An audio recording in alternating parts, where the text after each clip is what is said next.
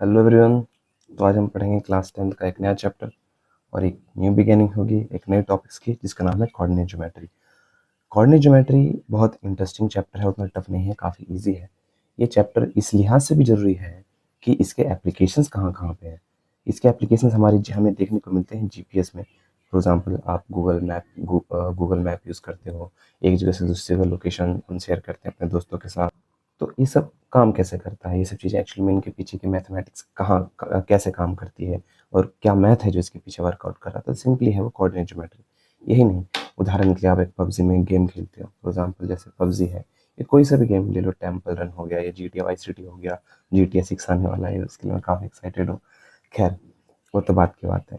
तो हम देखते हैं प्लेयर एक जगह से प्लेयर दूसरी जगह जा रहा होता है। अब जाहिर सी बात है, फ़ोन में सबको पता है, ऐसा तो हो नहीं रहा कि प्लेयर इसमें मोशन कर रहा होगा। वो बस अपने कोऑर्डिनेट चेंज कर रहा होता है। क्या कर रहा होता है?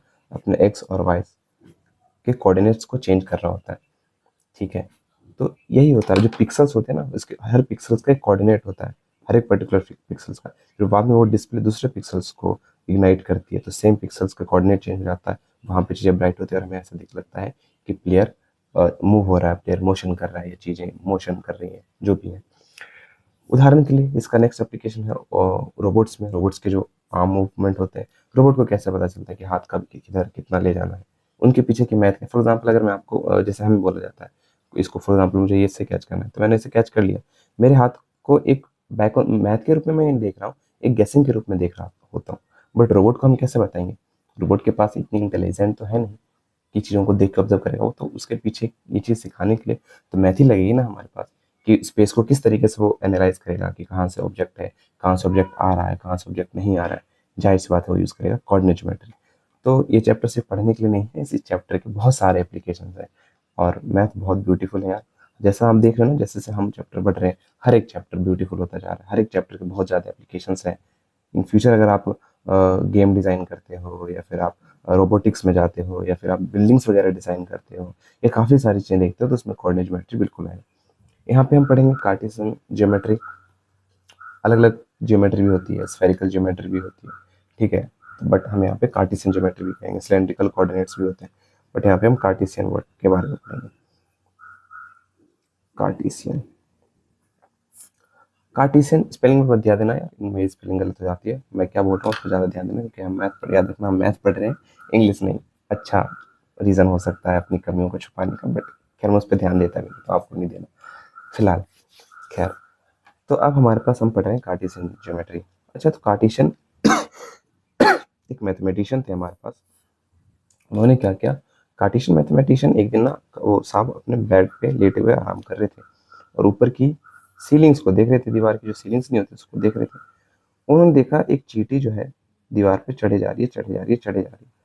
तो वहां से उन्हें एक आइडिया आया यार, कि अगर मैं इस दीवार सीलिंग के एक कोऑर्डिनेट्स कोने को ओरिजिन मान लूँ, मतलब यहाँ से गिनूँ, और मुझे पता हो कि अगर ये, मुझे पता हो कि हॉरिजेंटली कितना चली है, मान लो हॉरिजेंटली अगर ये 5 चली है और वर्टिकली ये 3 चली है, ठीक है, तो मैं बता सकता हूँ, किसी भी चीज़ की लोकेशन बताई जा सकती है कि स्पेस में कोई चीज़ कहाँ पर स्थित है।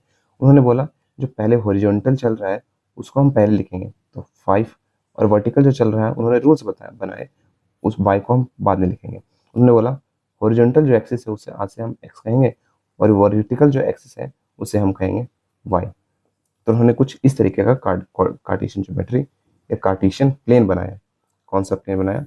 कार्टेशियन प्लेन बनाया, जहाँ पे ये हमारे पास क्या था, ये था x, ये था x डैश, ये था y, ये था y डैश। ये 9th क्लास की ये बेसिक ज्योमेट्री की मैं छोटी छोटी बातें आपको याद दिलाना चाहता हूँ ताकि हम टॉपिक्स पे आगे बढ़ सकें।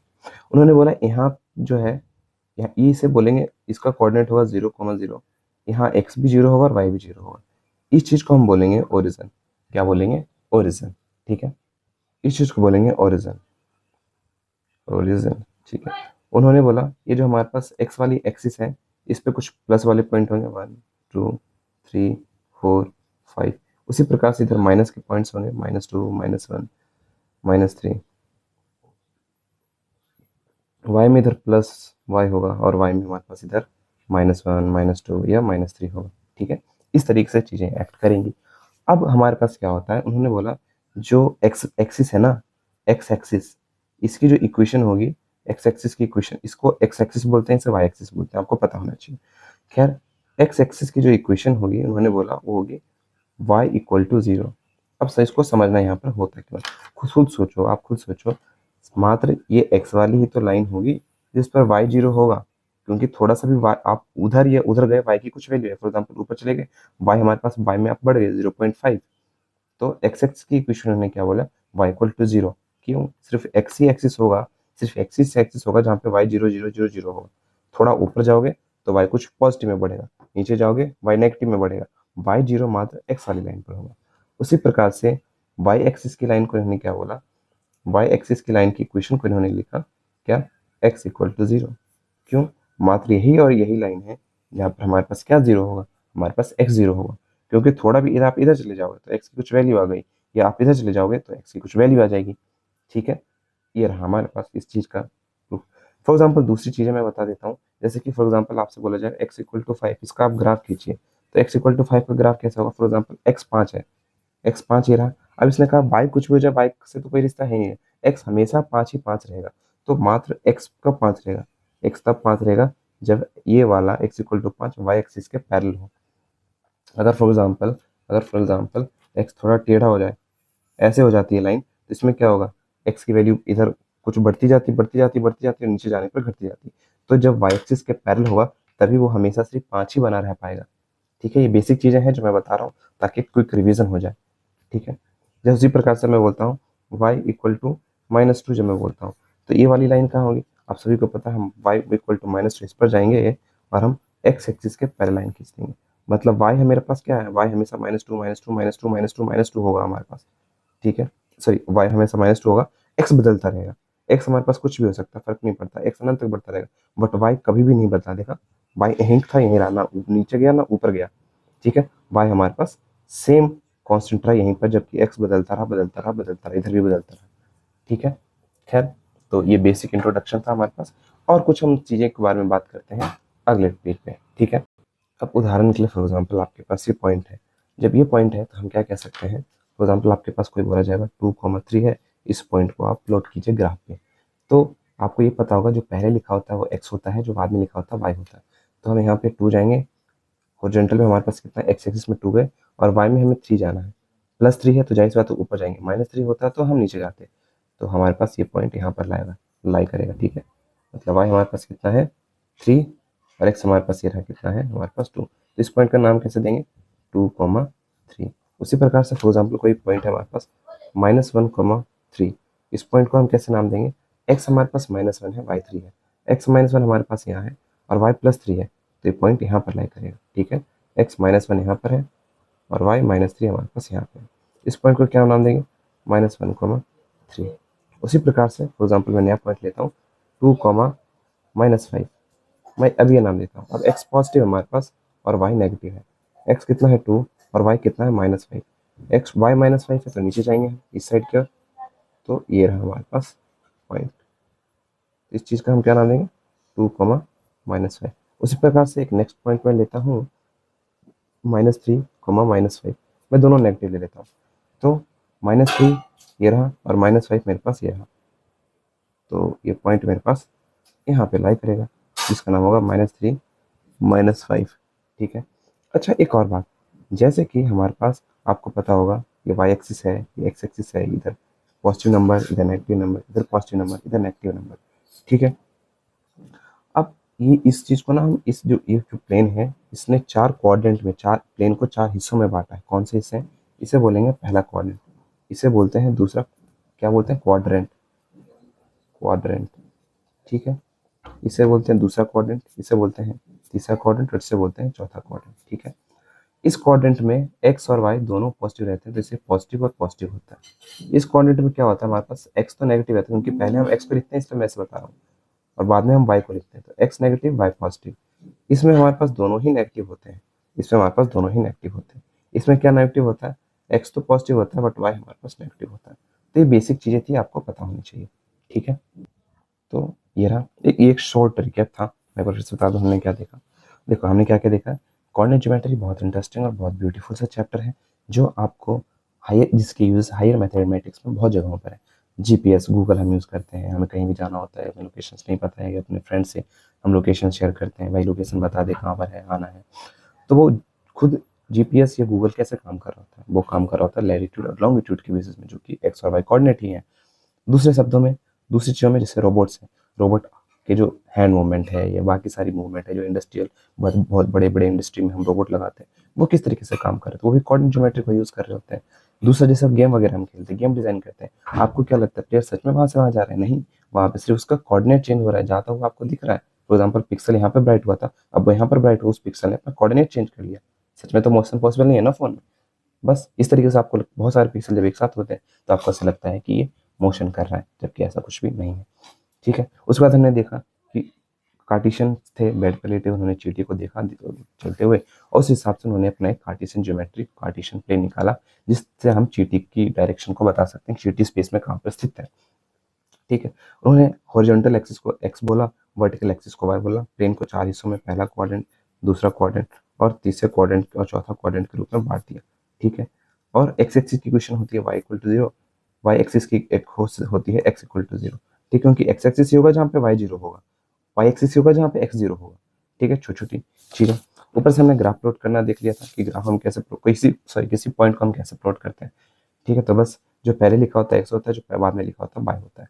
ठीक है, बढ़ते हैं अब इस चैप्टर की तरफ, जो कि हमें 10th में पढ़ना है, जो कि है डिस्टेंस फॉर्मूला। अब देखो, हमारे पास एक एग्जाम्पल के लिए मैं कुछ डिस्टेंस फॉर्मूलाज पहले कॉन्सेप्ट में बताना चाहता हूँ। उदाहरण के लिए, फॉर एग्जाम्पल, आप ये देखो, यहाँ पे कुछ लाइंस मैंने ड्रॉ की है। ए पॉइंट है, इसका कोऑर्डिनेट 5, बी है। दूसरा पॉइंट है बी, जिसका कोऑर्डिनेट ये है। अब मुझे ये पता करना है ए और बी कितना दूर है, मुझे सिर्फ यही पता करना है, तो मैं क्या पता करूँगा? ठीक है, अब जाहिर सी बात है, ये एक पॉइंट एक्स एक्सिस पे है, तो इसका वाई कोऑर्डिनेट 0 होगा। आपको पता है ना, अगर यहाँ पे लाइक रहता है, एक्स एक्सिस पे वाई तो होता नहीं है, वाई 0 होता है, सिर्फ एक्स ही रहता है। ठीक है, तो आप खुद सोचो, मुझे ये निकालने के लिए मैं क्या करूँगा? मुझे ये पता है, मुझे यहाँ से लेके यहाँ तक की डिस्टेंस पता है कितनी है, मुझे यहाँ से लेके यहाँ तक, और मुझे यहाँ से लेके यहाँ तक की डिस्टेंस पता है। अब जाहिर सी बात है, मैं टोटल में से मैं इतना माइनस कर लूँगा तो मुझे ये मिल जाएगा। तो मैं ऐसे ही करूँगा, ये लॉजिक पता होना चाहिए कि हम टोटल में से इतना घटाएंगे तो मेरे को ये वाला हिस्सा मिल जाएगा, एक्स कोऑर्डिनेट मुझे मिल जाएगा कि ये कितना है। उसी प्रकार से मान लो मुझे सी और डी के बीच की दूरी चाहिए, मुझे ये पता करना है कितना होगा। तो आपको इसमें हैरानी नहीं होनी चाहिए कि देखो वाई टोटल ये कहाँ है, ये टोटल हमारे पास 5 है, ये 5 है, 5 में से मैं इतना माइनस कर लूँगा, कितना है, 3 है, तो मेरे को ये मिल जाएगा जो कि 2। ये लॉजिक क्लियर होना चाहिए इस चीज़ में। ठीक है, उसी प्रकार से अब हम इसके डिस्टेंस फॉर्मूला के प्रूफ की तरफ चलते हैं। ठीक है, तो हमारे पास मान लो दो स्पेस में एक पॉइंट है, जिसका ए और बी, हमें ये डिस्टेंस पता करना है कि ये कितना होगा। ठीक है, हमें ए और बी पर डिस्टेंस पता करना है। तो एक मैं कुछ कंस्ट्रक्शन करना चाहूँगा, कुछ कंस्ट्रक्शन कुछ ड्रॉ कर लेते हैं सिंपली। अब देखो, ये आपको लग रहा होगा ना, अगर मैं इस लाइन को सीधे ड्रॉ करूँ, परपेंडिकुलरली ड्रॉ करूँ, इसको भी सीधे परपेंडिकुलरली ड्रॉ करूँ और इन दो लाइनों को मिला दूँ, तो एक राइट एंगल ट्रायंगल बनेगा। ऑब्वियसली बात है, परपेंडिकुलरली मैं इस एक्सिस पे गिरा रहा हूँ। अब देखो, इसका हमारे पास क्या होगा, मुझे बस ये पता पाया था, क्योंकि परपेंडिकुलर राइट एंगल ट्रायंगल बन गया है, तो ये कितना हो जाएगा, ये मेरे पास बेस हो जाएगा, और ये मेरे पास कितना हो जाएगा, परपेंडिकुलर हो जाएगा, और ये मेरे पास हाइपोटेन्यूस हो जाएगा। अगर मुझे इन दोनों मुझे ये पता चल जाए, ये मुझे ये पता चल जाए, तो मैं ये तो आसानी से निकाल सकता हूँ। अब मुझे ये कैसे पता चलेगा? देखो, बी का यहाँ से लेके यहाँ तक कितना, यहाँ से यहाँ तक टोटल कितना है, यहाँ से तक x2 है, और यहाँ एक ही पॉइंट यहाँ से यहाँ तक कितनी है, वो है x1 है। ठीक है, अगर मैं x2 में से, टोटल में से ये माइनस कर दूंगा, तो मुझे यही तो मिल जाएगा, ये वाली लेंथ कितनी है। तो यहाँ से लेके यहाँ तक की लेंथ मुझे कैसे पता चलेगी, ये कितनी होगी, x2 माइनस x1। ठीक है, ध्यान देना, कुछ बच्चे थोड़ा डाइजेस्ट कर सकते हैं कि भाई पॉइंट ऊपर है, नीचे कैसे ले लिया, वो सब नहीं समझना, आपको समझो ना। फॉर एग्जाम्पल, एक्स एक्स इसका एक्स कोऑर्डिनेट क्या होगा बी का, एक्स तो इधर ही है ना मेरे भाई, एक्स तो इधर ही है ना, तो इसका एक्स कोऑर्डिनेट क्या होगा बी पॉइंट का, ये रहा, इतना है एक्स कोऑर्डिनेट, और इसका एक्स कोऑर्डिनेट कितना है, इतना। मुझे सिर्फ ये चाहिए था, तो मैं ये कैसे पता करूंगा, x2 में से x1 को माइनस कर लूंगा, मुझे ये पता चल जाएगा। उसी प्रकार से ये कितना है हमारे पास, ये यहाँ मुझे ये पता करना है। खुद सोचो, यहाँ से लेके यहाँ तक हमारे पास कितना है, y2 है। अगर मैं यहाँ से लेके यहाँ तक कितना है, ये y1 है। अगर मैं y2 में से y1 माइनस कर लूँगा, मेरे को टोटल यही तो मिल जाएगा, यहाँ से लेके यहाँ तक कितना है, तो कितना हो जाएगा, y2 माइनस y1। एक बार को शायद हो सकता है समझना आए, कन्फ्यूज़न हो सकती है, क्योंकि ये ऊपर और नीचे थोड़ा देखने में मुश्किल लग सकता है। वैसे मत समझो, समझो कोऑर्डिनेट के हिसाब से थोड़ा समझो, और ध्यान दोगे तो वो आपको समझ जाएगा, कोई रॉकेट साइंस नहीं है, बहुत ईज़ी है। बट जो पहली बार इंट्रोड्यूस हो रहे हैं इस चीज़ को लेकर, उन्हें थोड़ा कन्फ्यूजिंग लग सकता है। बस इतना ध्यान रखो, इसका कोऑर्डिनेट x2 y2 है, इसका कोऑर्डिनेट x1 y1 है। मैं करना क्या चाह रहा हूँ, मैंने सीधा एक perpendicular dot dot dot draw किया है, और यहाँ पे भी dot dot dot dot perpendicularly draw किया है। तो ये राइट एंगल ट्रायंगल बन गया। अब राइट एंगल ट्रायंगल बन गया, जब मैंने सीधे से ड्रॉ किया है, तो इसका ए वाला पॉइंट कितना होगा, बी का एक्स एक्सिस कितना होगा, बी पॉइंट का एक्स एक्सिस x2 है। और ए का जब सीधे मैं ड्रॉ किया, अगर मैं टेढ़े ड्रॉ करता, इधर ड्रॉ करता, तब एक्स बदल जाता। मैं इस तरीके से ड्रॉ किया हूँ कि इसका एक्स एक्सिस वही बना रहे ए का, और वो परपेंडिकुलर ही ड्रॉ करने पर होगा। ठीक है, तो मुझे ये पता चल गया। तो टोटल में से मैंने ये माइनस कर दिया, तो मुझे ये पता चल गया। उसी प्रकार से टोटल में से मैंने इतना माइनस कर लिया, तो मुझे ये पता चल गया। तब मुझे पता है, बेस पता है, परपेंडिकुलर पता है, हाइपोटेन्यूज में निकाल सकता हूँ। तो बाई पाइथागोरस थ्योरम के हमारे पास क्या, बाई पाइथागोरस थ्योरम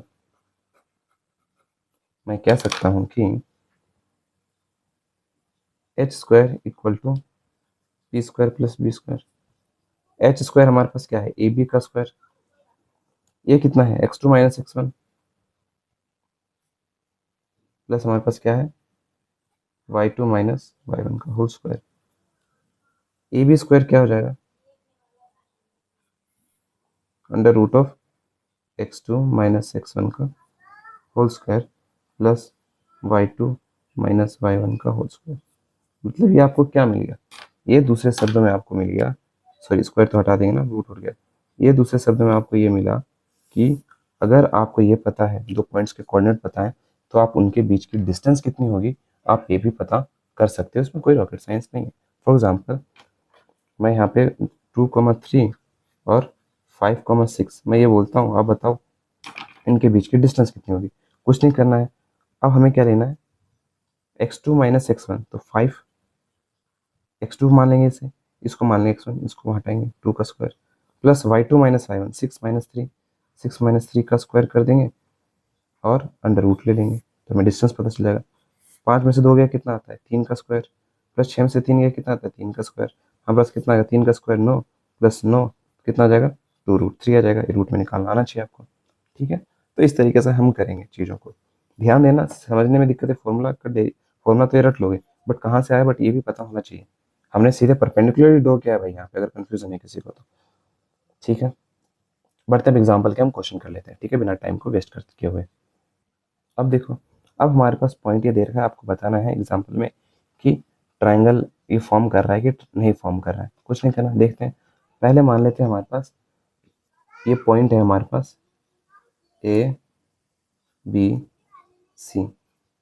ठीक है, तो इसका कोऑर्डिनेट है 3,2, इसका कोऑर्डिनेट है -2, -3, और इसका कोऑर्डिनेट है मेरे पास 2,3। एक काम करता हूँ, मैं इन दोनों के बीच के डिस्टेंस और इन दोनों के बीच के डिस्टेंस निकालता हूँ पहले। ठीक है, खैर वीडियो पॉज हो गई थी यार, मैं वापस जाके देख नहीं सकता कहाँ तक रिकॉर्ड हुआ था, क्योंकि फिर पूरी वीडियो खत्म हो जाएगी। खैर मैं एक बार शॉर्ट में समझाता हूँ हमने क्या क्या यहाँ पे।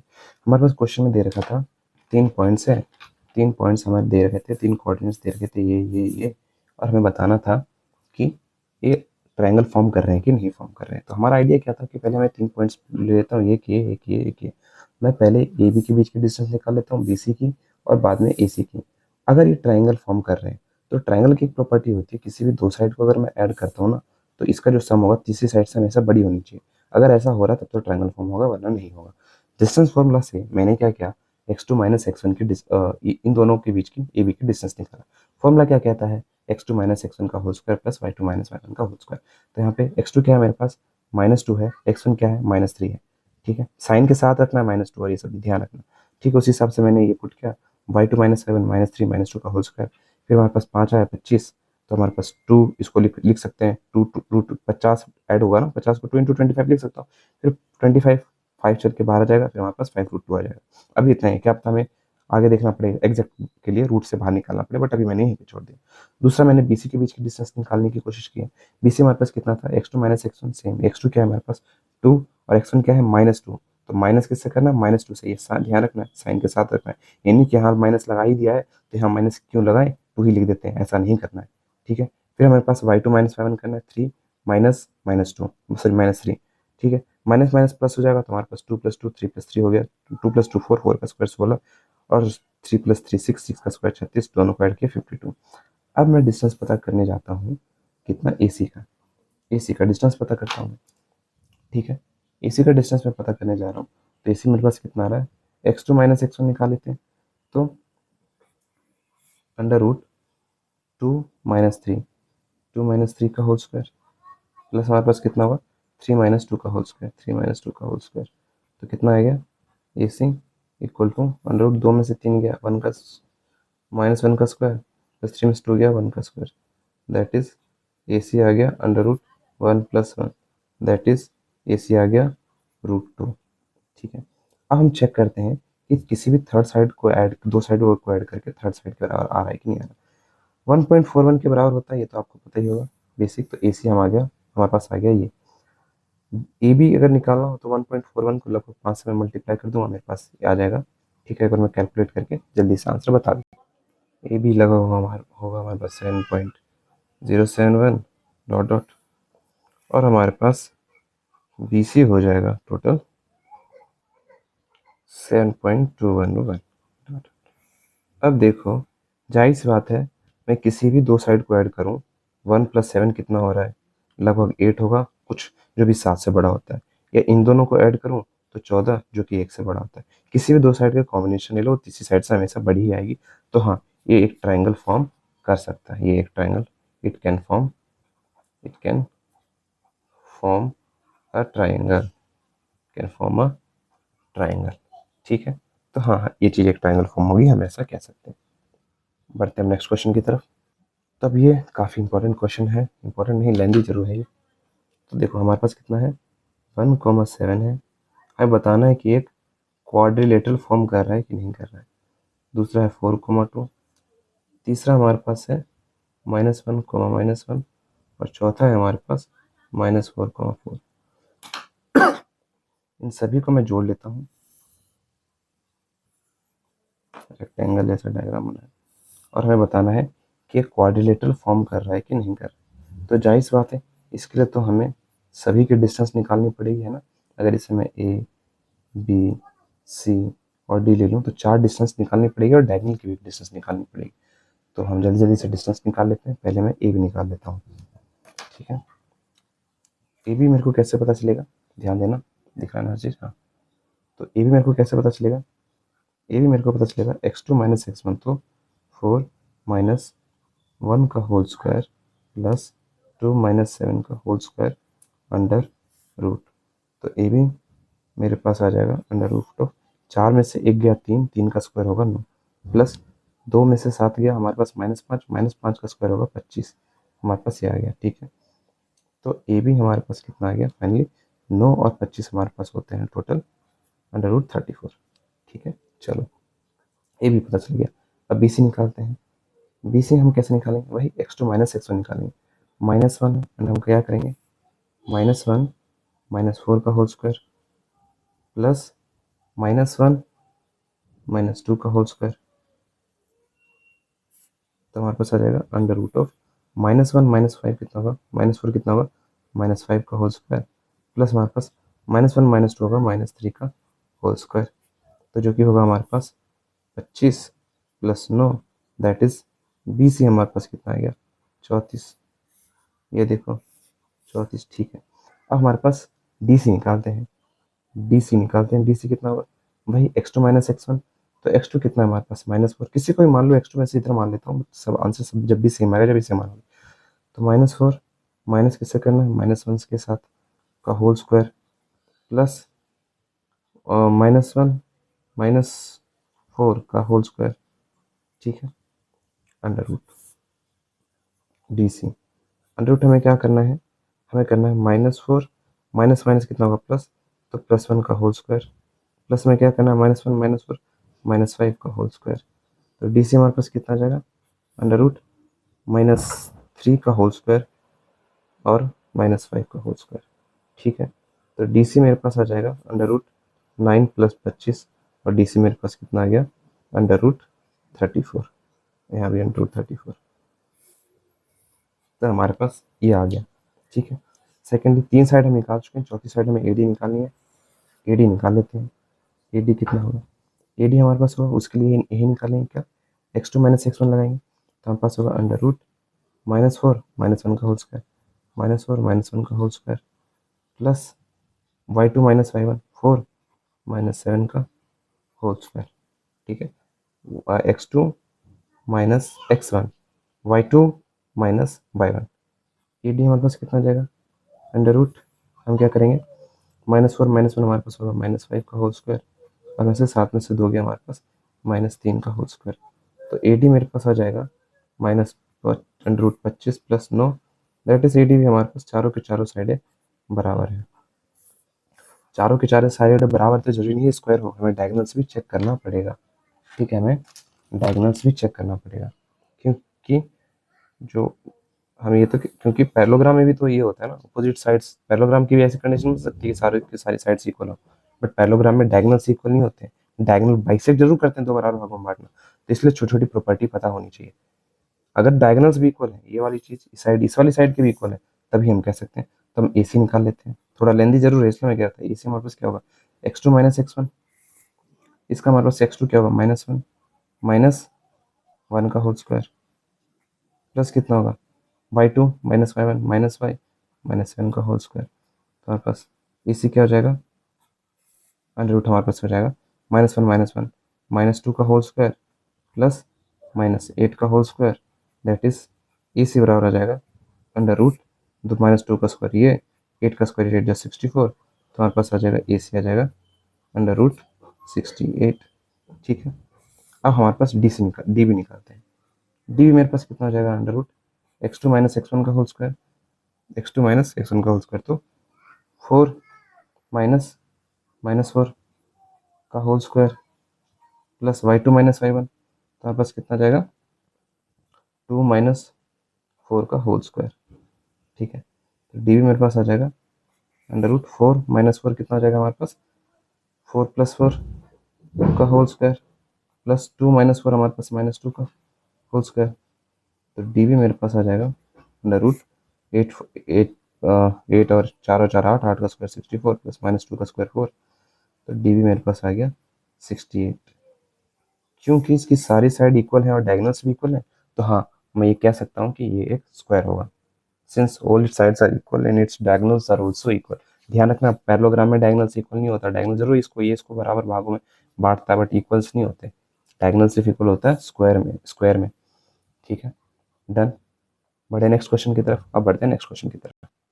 नेक्स्ट क्वेश्चन है हमारे पास ये, जिसमें हमारे पास ये कह रखा है कि एक क्लासरूम है डेस्क में, जिसमें आसिमा है, भारती है और कैमिला है, जो कि सीटेड हैं इसके कोऑर्डिनेट पे, इसके कोऑर्डिनेट पे, इसके कोऑर्डिनेट पे, आगे एक वर्ड रिस्पेक्टली, मतलब आशिमा जो पहले लिखा गया है वो उनका कोऑर्डिनेट ये होगा, आशिमा का कोऑर्डिनेट ये होगा, भारती का कोऑर्डिनेट बी होगा, सी का कोऑर्डिनेट ये होगा। Do you think they are seated in a line. देखो कोई चीज़ लाइन में है या नहीं है, हमें हम कैसे पता करेंगे। अब देखो कोई चीज़ लाइन में है लाइन नहीं, हम कैसे पता करेंगे। मान लो ये है, हम ए बी निकाल लेंगे, बी सी निकाल लेंगे, और हम निकाल लेंगे लास्ट ए सी, हम निकाल लेंगे ए सी। अगर इन दोनों को ऐड करके ए सी के बराबर आ रहा है तो लाइन में होगा, वरना लाइन में नहीं होगा। मतलब हम क्या निकाल लेंगे, पहले हमारे पास क्या है, ये अगर कैमरे में नहीं दिख रहा तो मैं यहाँ पर लिखता हूँ फिर से, 3,1 है, और ये 6,4 है, और ये 8,6 है, ये सी है, ये बी है, और ये ए है। ठीक है, तो हमें ये बताना है, ये ए बी बी सी और ए सी हम पहले निकाल लेते हैं। तो पहले मैं निकालता हूँ ए बी निकाल लेता हूँ, तो हमारे पास क्या होगा, फॉर्मूला तो यही है, बार बार x2 माइनस x1 का whole square plus y2 minus y1 का होल स्क्वायर। तो ए बी मेरे पास कितना आ जाएगा, ए बी मेरे पास आ जाएगा 6 माइनस 3 का whole square plus y2 minus y1 4 - 1 का whole square, that is A B equal to under root 6 में से 3 गया 3 का स्क्वायर प्लस 4 में से 1 गया 3 का स्क्वायर। तो हमारे पास कितना आ गया, ए बी आ गया 3 का स्क्वायर कितना होगा 9 + 9, तो हमारे पास आ गया 3√2। ठीक है, अभी समझ आ जाना चाहिए कितना आएगा, 9 + 9 कितना होगा 18, 18 को मैंने 2 × 9 लिख सकता हूँ, तो 9 बाहर जाएगा 3 और 2 अंदर रह जाएगा, तो 3√2। नहीं समझ आई, अरे यार तुमको थोड़ा हर चीज़ समझाना पड़ता है, इधर देखो ऐसे ही समझ लो, 3 का स्क्वायर कितना होगा 9 + 9 मैं 18 होगा, 18 को मैं लिख सकता हूँ 2 इंटू 9, 2 इंटू 9 18 होगा। अब 9 को 3 इंटू 3 लिख सकता हूँ तो बाहर चला जाएगा ना 3, और रूट 2 अंदर रह जाएगा, बस हो गया। ऐसे ही ये भी हमारे पास पता आ गया। अब निकालते हैं BC। BC निकालते हैं। BC हमारे पास कितना है, BC हम कैसे निकालेंगे, दूसरा मार्कर यूज कर लेते हैं BC के लिए। BC हम निकालेंगे 8 माइनस 6, 8 x2 माइनस 8 माइनस 6 का होल स्क्वायर प्लस 6 माइनस 4 का होल स्क्वायर अंडर रूट के फॉर्म में। तो हमारे पास क्या आ जाएगा, अंडर रूट 8 में से 6 गया कितना, 2 का स्क्वायर, प्लस 6 में से 4 गया हमारे पास 2 का स्क्वायर। ठीक है, तो बस BC कितना आ जाएगा, 2 का स्क्वायर 4, 2 का स्क्वायर 4, तो हमारे पास BC कितना आ जाएगा 2√2, है ना। हमारे पास ये हो जाएगा ना 4, 8 को मैं 8 हमको 2 इंटू 2 इंटू 2 3 बार लिख सकता हूँ, 2 रूट बाहर चला जाएगा, तो एक हमारे पास ये आ गया। तो आप कह भी सकते हो भैया आप सीधा सीधा क्यों नहीं कर सकते, मेरे को ऐसे शॉर्ट पड़ता है यार इसलिए। ठीक है, फिर हम AC निकाल लेते हैं। AC कितना होगा हमारे पास, x2 माइनस x1 लगाओ यहाँ पे, क्या होगा 8 माइनस 3 का होल स्क्वायर प्लस 6 माइनस 1 का होल स्क्वायर।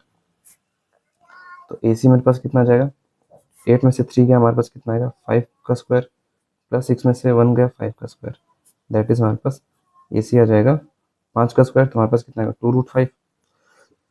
इसे आप देखो ना, 25 ऐड कर दिया, 25 25 50 होगा, 50 को लिख सकता हूँ 2 इंटू 50 हमारे पास है ये।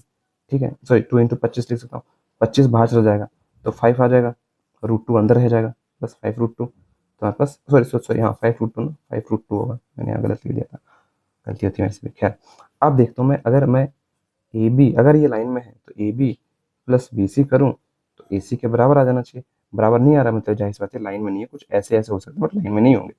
तो AB और BC हमारे पास कितना है, AB है मेरे पास 3√2 और BC है मेरे पास 2√2। इन्हें ऐड कर दूंगा तो 5√2 के बराबर आना चाहिए। 3 और 2 5 होता है, 5√2 इक्वल टू 5√2। हाँ, ये एक लाइन फॉर्म कर रहे हैं क्योंकि इसको इसको ऐड कर रहा हूँ। देखो कॉन्सेप्ट यही है ना, हमारे पास A है, B है और C है। अगर मैं दिस और दिस निकाल लेता हूँ, इन दोनों को जोड़ने के बाद AC के बराबर आना चाहिए। अगर आ रहा है तो लाइन में होगा वरना नहीं होगा। क्योंकि फॉर एग्जाम्पल ऐसे ऐसे अगर लाई करता है ना A B C, तो खुद सोचो इन दोनों को ऐड करके क्या इसके बराबर आता, नहीं आता, थोड़ा बड़ा इन दोनों को ऐड करके इससे बड़ा आता आंसर। ठीक है, तो लाइन में आएगा तो आप इस तरीके से भी आप दिखा सकते हो, कोई सी लाइन में होगी या कोई सी लाइन में नहीं होगी। ठीक है, बढ़ते हैं नेक्स्ट क्वेश्चन की तरफ। नेक्स्ट क्वेश्चन कह रहा है कि हमारे पास ना एक पॉइंट है, find relation between x and y such that the point इतना इज इक्वल डिस्टेंस। एक पॉइंट हमारे पास 7,1, दूसरा पॉइंट है मेरे पास 3,5। ठीक है, और एक पॉइंट है x,y। इसने बोला है जो x,y है ना, x,y इससे और इससे बराबर दूरी पर है। ठीक है, तो हम क्या करेंगे, हमें x और y में रिलेशनशिप निकालना है। तो बराबर दूरी पे है, दिस डिस्टेंस जो होगा बराबर होगा दिस डिस्टेंस के, है ना। अगर ये पॉइंट इससे बराबर दूरी पे है तो डिस्टेंस फॉर्मूला लगा के इन दोनों को इक्वेट कर दूंगा और जो आंसर आएगा वो आ जाएगा। चलो करते हैं।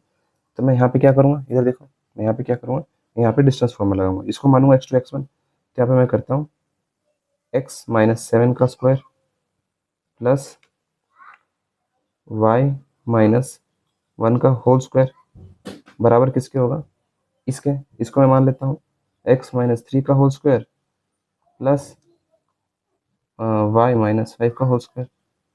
ठीक है, इस साइड अंडर रूट, इस साइड अंडर रूट। अब स्क्वायरिंग बोथ साइड करने पर रूट हट जाएगा, स्क्वायरिंग बोथ साइड स्क्वायर करने पर रूट हट जाएगा ना। तो हमारे पास 3 बचेगा, x माइनस 7 का स्क्वायर प्लस y माइनस 1 का whole square equal to x minus 3 का whole square plus y minus 5 का होल स्क्वायर। अब एक्सपेंड करता हूँ, इसको एक्सपेंड करूँगा तो यहाँ a माइनस बी का होल स्क्वायर लगेगा, a square plus B square जो कि 49 होगा माइनस 2ab। फॉर्मूला याद है ना, a प्लस बी का a माइनस बी का होल स्क्वायर क्या होता है, a square plus B square minus 2ab, plus 2ab मत लगा देना। खैर ये होगा minus 2 into X into 7 plus यहाँ पर उसी प्रकार से होगा Y square plus 1 minus 2ab 2 into Y into 1, फिर इक्वल टू किसके होगा ये ए स्क्वायर जो कि होगा X square plus 9 minus 2 into 3 into X, फिर प्लस होगा Y square plus 25 minus 2 into 5 into Y तो ये रहा हमारे पास। तो अभी तक देखो इस साइड क्या है, ये अब देखो ये वाला एक्स स्क्वायर, चलो मैं ये और ये एक्स स्क्वायर इधर प्लस है इधर प्लस है, उधर जाके माइनस जाएगा तो कट जाएगा। ये वाई स्क्वायर है, इधर भी प्लस वाई स्क्वायर, तो जाके माइनस वाई स्क्वायर होगा तो ये कट जाएगा। जो कट रहा है उस टर्म को काट देते हैं, बाकी क्या कट रहा है बाकी देखेंगे अगले और सिंप्लीफाई करते हैं। तो हमारे पास ये तो 49 बच गया, माइनस ये क्या बचा 14x, ये हमारे पास कितना बना, हमारे पास बचा +1 -2y इक्वल टू यहाँ क्या बचा 9 -6x, यहाँ क्या बचा +25 -10y। ठीक है, अब देखो हमारे पास क्या है, नंबर नंबर को ऐड करते हैं, 49 और 1 ऐड होगा कितना हो जाएगा 50 ऐड होगा 50, और वेरिएबल को उस साइड हम लेके चले जाते हैं, नंबर्स को इस साइड ले जाते हैं। तो ये दो नंबर्स का काम हो गया, 9 और 25 बचा, इसको अरेंज कर लेते हैं। 9 और 25 को हम ऐड करेंगे तो होगा हमारे पास 34। ठीक है, 34 को इधर ले आएंगे तो -34 हो जाएगा, इक्वल टू हमारे पास क्या है -6x -10y, उधर भेजेंगे तो +14x हो जाएगा और +2y हो जाएगा। तो हमारे पास फाइनली इस साइड हमारे पास देख लेते हैं क्या होगा 6 और 14, इसमें जाएगा तो हमारे पास +8x आएगा, और 10 में से 2 जाएगा -8y होगा। ठीक है, 50 में से 34 हमारे पास आ जाएगा, 50 में से 34 जाएगा हमारे पास आएगा 6, और 4 में से 3 गया 1 16। ठीक है, हमारे पास ये होगा। अब दोनों में हमारे पास सभी में क्या कॉमन है, 8 8 कॉमन है, तो 8 कॉमन लेंगे, 8 1 8 8 8 8 8 जो 16, मतलब x - y = 2। ये रिलेशनशिप है हमारे पास इस चीज़ में। ठीक है, ये रिलेशनशिप है इस चीज़ में। खैर ठीक है, बढ़ते हैं नेक्स्ट क्वेश्चन की तरफ। अब नेक्स्ट क्वेश्चन बड़ा इजी है, उसने क्या देखा है, फाइंड द, फॉर एग्जांपल हमारे पास, चलिए एक्सिस बना लेते हैं, find the point on the Y axis, Y axis पे एक पॉइंट आप ढूंढिए जो कि इक्विडिस्टेंस फ्रॉम द पॉइंट 6,5, जो कि एक पॉइंट है 6,5, इसे ले लेते हैं और ले लेते हैं -4,3, -4,3 कहीं होगा, चलो इधर ले लेते हैं -4,3, इस पॉइंट से इक्वी डिस्टेंस पे है, मतलब ये और ये बराबर दूरी पे है। तो एक्स वाई को इसका कोऑर्डिनेट, जब हम जाहिर सी बात है हम वाई एक्सिस की बात कर रहे हैं तो इसका एक्स कोऑर्डिनेट 0 होगा, मान लेते हैं वाई 0 होगा, है ना। तो हम फॉर्मूला यहाँ पे डिस्टेंस फॉर्मूला लगाते हैं। ठीक है, ये पॉइंट हम ले लेते हैं, इसका क्या है हमारे पास ए है और ये बी है, और इसे हम सी मान लेते हैं। तो हम जाहिर से इक्वी डिस्टेंस है तो बी सी बराबर हो जाएगा ए सी के, पहले हम ए सी को निकाल लेते हैं। ए सी कितना होगा x2 - x1, तो हम क्या निकालेंगे x2 - x1 का होल स्क्वायर, 6 -0 का होल स्क्वायर +5 - y का होल स्क्वायर बराबर किसके होगा, ये हमारे पास ए सी इक्वल टू कितना होगा 6 - 6 का स्क्वायर 36, प्लस हमारे पास 5 - y का होल स्क्वायर। फिर हम बी सी निकाल लेते हैं, बी सी हमारे पास किसके बराबर होगा, बी सी हमारे पास किसके बराबर होगा, x2 - x1 लगाते हैं, -4 -0 का होल स्क्वायर प्लस हमारे पास कितना जाएगा y, सॉरी सॉरी सॉरी हमारे पास 3 - y का होल स्क्वायर। ठीक, चलो अब करते हैं बी सी इक्वल टू √-4 का स्क्वायर 16 प्लस 3 - y का होल स्क्वायर। अब दोनों बराबर है, ये हमें दे रखा है, मतलब ए सी बराबर है बी सी के, तो हम दोनों को इक्वेट कर देंगे। क्या करेंगे √36 प्लस 5 - y का होल स्क्वायर बराबर होगा √16 प्लस 3 - y का होल स्क्वायर। स्क्वायर करेंगे दोनों साइड से तो रूट हट जाएगा, स्क्वायरिंग बोथ साइड रूट हट जाएगा। ठीक है, हमारे पास आएगा 36 प्लस 5 - y का whole square equal to 16 plus 3 - y का होल स्क्वायर। ठीक है, इसको उधर ले जाते हैं, बाकी चीज़ों को हम होल स्क्वायर है ना तो इससे एक्सपेंड करते हैं। ठीक, 36 प्लस 5 का square 25 plus y square -10y equal to 16 plus A minus B का होल स्क्वायर लगाएंगे तो A square plus B square -2ab यानी कि 6y। ठीक है, अब देखो वाई स्क्वायर इधर भी है, वाई स्क्वायर इधर भी है, दोनों वाई स्क्वायर कैंसिल हो जाएंगे हमारे पास। अब 36 और 25 हमारे पास, और हमारे पास ये 10y, तो वेरिएबल को उधर भेज देते हैं हम और नंबर को इधर ले आते हैं। ठीक है, तो यहाँ पे हो जाएगा 36 प्लस 25, चलो इधर इस साइड हम ऐड करते हैं टोटल चीज़ों को। ठीक है, तो 6 5 11 1 और 3 61, इधर जाएगा तो माइनस जाएगा, -25 इन दोनों को ऐड करेंगे 25 -25 इक्वल टू, ये हमारे पास कितना हो जाएगा, -6y प्लस 10y हो जाएगा हमारे पास। ठीक है, 10 में से 6 गया हमारे पास, 4y आ जाएगा इस साइड। ठीक है, तो 16 में से 25 जाएगा हमारे पास, 25 जगह आ जाएगा हमारे पास 36। ठीक है, तो इस साइड जाएगा 36। 4 4 4 9 से 36 होता है हमारे पास, तो y सीधा सीधा आ गया 9, y की वैल्यू हमारे पास आ गया। ठीक है, तो इसी प्रकार से हम बाकी क्वेश्चंस को सॉल्व कर सकते हैं। ठीक है, ठीक है, तो मेक श्योर हमने सभी क्वेश्चंस, सभी टाइप के क्वेश्चंस एक बार देख लें एग्जाम्पल से रिलेटेड। मिलते हैं नेक्स्ट वीडियो में, जहाँ पे हम एनसीईआरटी के सोल्यूशन के बारे में बात करेंगे। तब तक के लिए बाय बाय।